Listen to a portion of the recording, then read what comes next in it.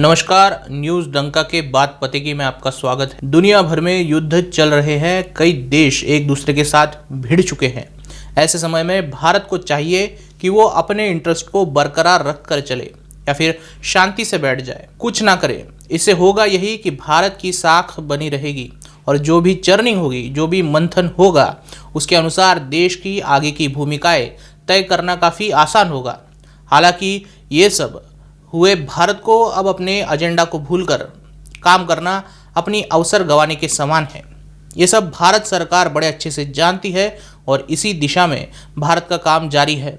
लेकिन कांग्रेस की कहानीबाज आंटी जयराम रमेश एक अलग ही एजेंडे पर काम कर रहे हैं। जयराम रमेश पर हम पिछले बार भी एक वीडियो बना चुके हैं, जहां हमने बताया था कि ये कांग्रेस थिंक टैंक चलाने वाले नेता वास्तविकता में कितने काया किस्म के आदमी हैं और इनकी ही मूर्खता की देन है कि कांग्रेस नेताओं को लोग गंभीरता से लेना छोड़ चुके हैं। जैसे सास अपनी पुरानी बहू में बात बात पर खोट निकालने की कोशिश करती है, वैसे ही जयराम रमेश भी पीएम मोदी में खोट निकालने की कोशिश करते हैं। हाल ही में पीएम मोदी ने डोनाल्ड ट्रंप से फोन पर बात करते हुए दो टूक कहा कि भारत और पाकिस्तान के बीच संघर्ष विराम में अमेरिका का कोई रोल ही नहीं था और ना ही ऑपरेशन सिंदूर रोका गया है। साथ ही पीएम मोदी ने कहा है कि अगर भविष्य में कोई आतंकी गतिविधि होती है तो भारत उसे युद्ध छेड़ने की कार्रवाई मानेगा। इस बार भारत ने पाकिस्तान के बीच कोई व्यापार सौदे की बात नहीं की है। कांग्रेस पिछले कुछ दिनों से लगातार इस बात को लेकर नाच रही है कि डोनाल्ड ट्रंप 14 बार बोल चुके हैं। उन्होंने भारत और पाकिस्तान के बीच युद्ध विराम करवाया और पीएम मोदी को कम से कम एक बार तो सामने आकर सच सबके सामने बयां करना चाहिए। और पीएम मोदी ने सीधे ट्रंप को कॉल लगाकर कांग्रेसी प्रोपेगेंडा की बत्ती बना दी। यहाँ कहानीबाज जयराम रमेश नई स्ट्रेटेजी लेकर उतरे हैं। जयराम रमेश ने सीधा आरोप लगाया कि पीएम ऑफिस झूठ बोल रहा है। मोदी जी ने ऑपरेशन सिंदूर पर बात की ही नहीं।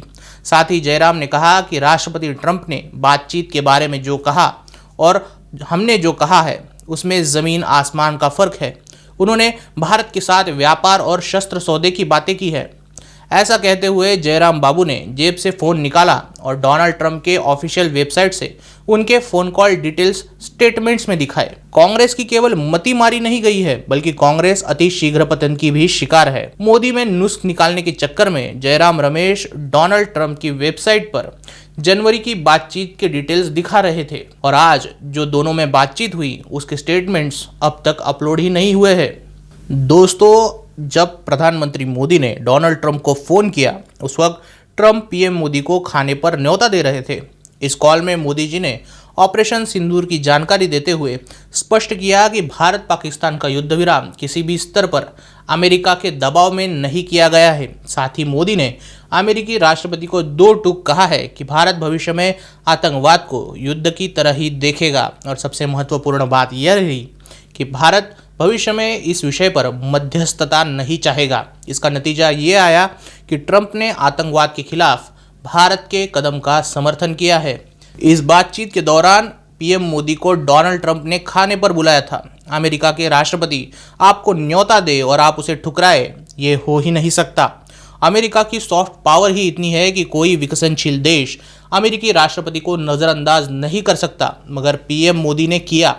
सोचने वाली बात है कि जब मोदी जी कनाडा के दौरे पर थे उसी वक्त Donald Trump Pakistani field marshal Asim Munir के साथ दोपहर का लंच करने वाले थे और इसी समय वो पीएम मोदी को खाने पर न्योता भी देते हैं। अर्थात ट्रंप चाहते थे कि भारत के प्रधानमंत्री के साथ पाकिस्तानी इस्टेब्लिशमेंट के चीफ को बिठाकर दुनिया के सामने एक तस्वीर दिखाए कि उन्होंने ही कैसे भारत और पाकिस्तान के बीच सुलह करवाई।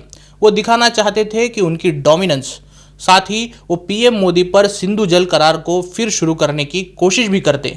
अर्थात ट्रंप चाहते थे कि भारत के प्रधानमंत्री के साथ पाकिस्तानी इस्टेब्लिशमेंट के चीफ को बिठाकर दुनिया को एक तस्वीर दिखाई जाए कि उन्होंने कैसे भारत और पाकिस्तान के बीच सुलह करवाई। वो दिखाना चाहते थे उनकी डोमिनेंस।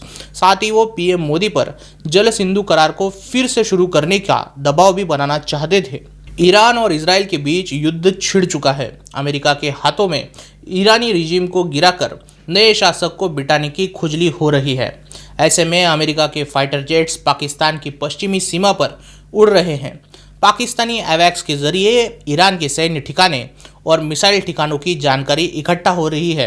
अमेरिका किसी भी हालत में ईरान के हाथ न्यूक्लियर हथियार नहीं लगने देना चाहता।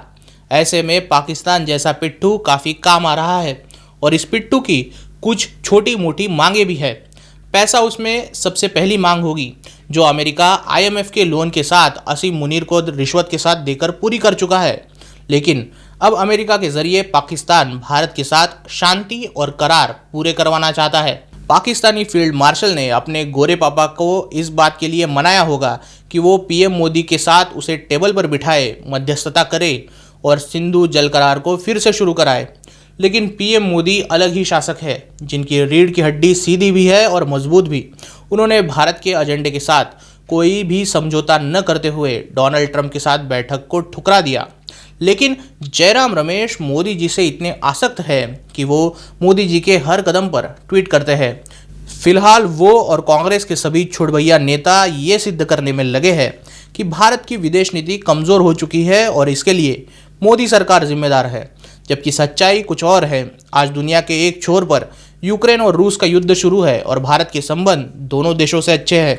दूसरे छोर पर इजरायल का पैलेस्टीन और ईरान के साथ युद्ध छिड़ चुका है और भारत के संबंध तीनों देशों से अच्छे हैं। मोदी जी को दुनिया के 23 देशों ने उनके सर्वोच्च सम्मान से नवाजा है।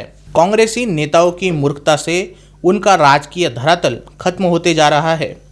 जयराम रमेश जो गड्ढा मोदी के लिए खोद रहे हैं उसमें कांग्रेस खुद धंसती जा रही है। आपको क्या लगता है? वीडियो के कमेंट सेक्शन में ज़रूर कहिए और वीडियो अच्छी लगी हो तो न्यूज़ डंका हिंदी को सब्सक्राइब कीजिए। मिलते हैं अगले वीडियो में किसी नए मुद्दे के साथ। तब तक नमस्कार।